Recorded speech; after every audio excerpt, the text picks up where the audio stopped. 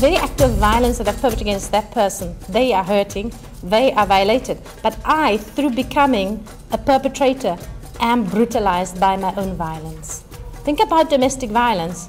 If a male partner hits a female partner, a man hits a woman in a home, I mean, that man is himself brutalized by his very own violence. The whole home is impacted on by the violence, not just the one victim. The witnesses suffer vicarious trauma. Everybody is impacted on by violence. It's a systemic thing. The whole society is impacted on by violence. And we mustn't forget that perpetrators of violence themselves are often survivors of violence. The Open Society Initiative in Southern Africa went to Central Africa and determined that, I can't remember, it was well over 30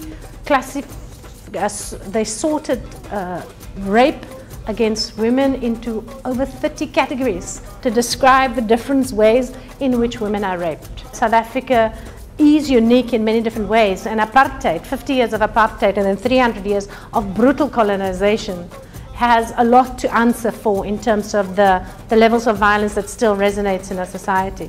And think if you have a society where rape is widespread, where at least one woman in every 3 is raped, probably more in some societies, like he says.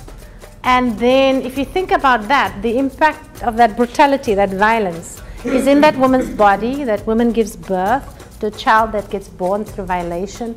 You have generations of violation, violation, violation, then you wonder why it's violent. I'm Bernadette Muthien. I work with an NGO called Engender, based in Cape Town, South Africa.